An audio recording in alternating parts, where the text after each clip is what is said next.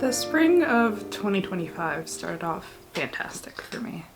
We went on vacation and I got to see a part of the world that was completely foreign to me. We had a really great time exploring a new part of the globe with a friend of ours.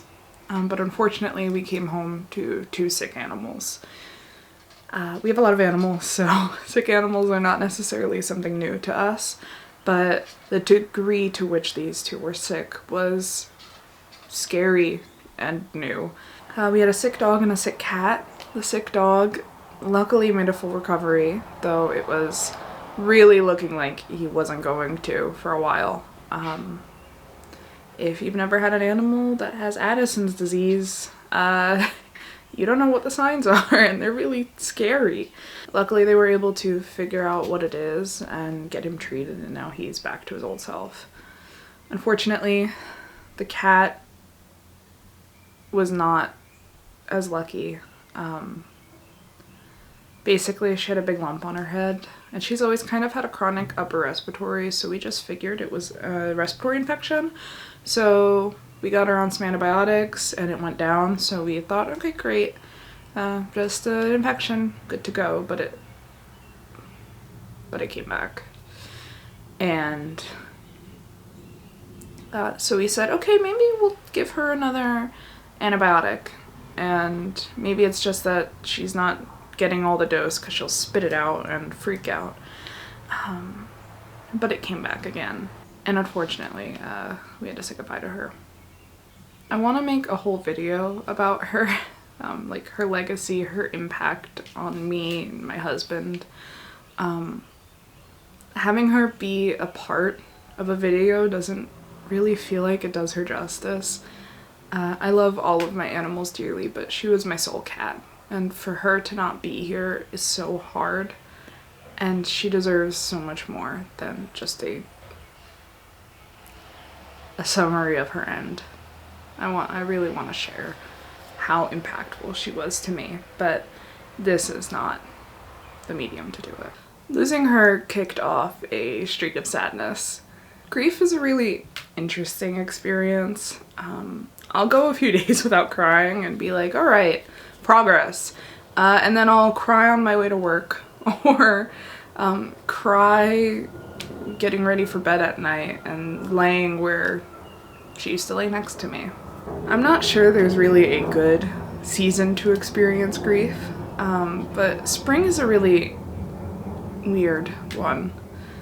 The world is kind of coming out of its slumber and starting anew, and I'm a gardener, so this is a really fun season for me. Usually I get to go to plant nurseries and pick out flowers and veggies and plant my garden, and we like to open the windows and let the spring air kind of waft out all of the stuffiness that accumulates in late winter.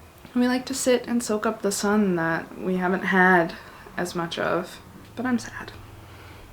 I'm unbelievably sad. I miss my cat. It's really hard to enjoy the season without her. It's not like she was even an outdoor cat. She wasn't. She was happiest inside the bedroom. But her not being here to sit in the window and hang out is really, really hard. And it was so sudden.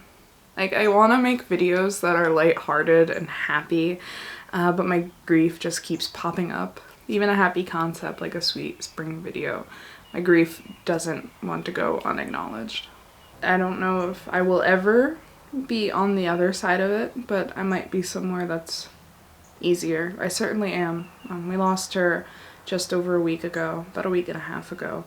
And even from then, it's gotten better. It's just hard. But if you'll indulge me, I'd like to share some of the things I did in the spring before it became such a sad girl spring, and maybe tell you about what I've got cooking for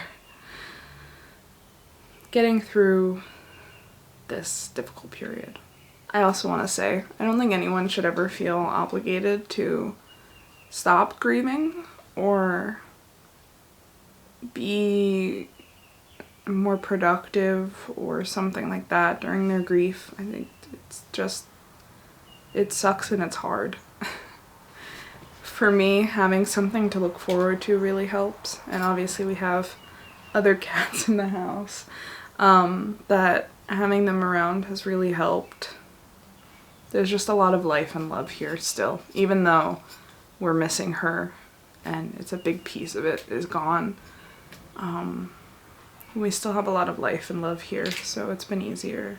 For me personally, getting to a point where I can have things to look forward to and things that kind of help the hours go by has been really helpful. So you can see behind me, there's a big storage unit situation. I recorded some clips while we were building that. That's kind of, we took that project on the week she passed. The next day I was just sitting in the house and could not take crying.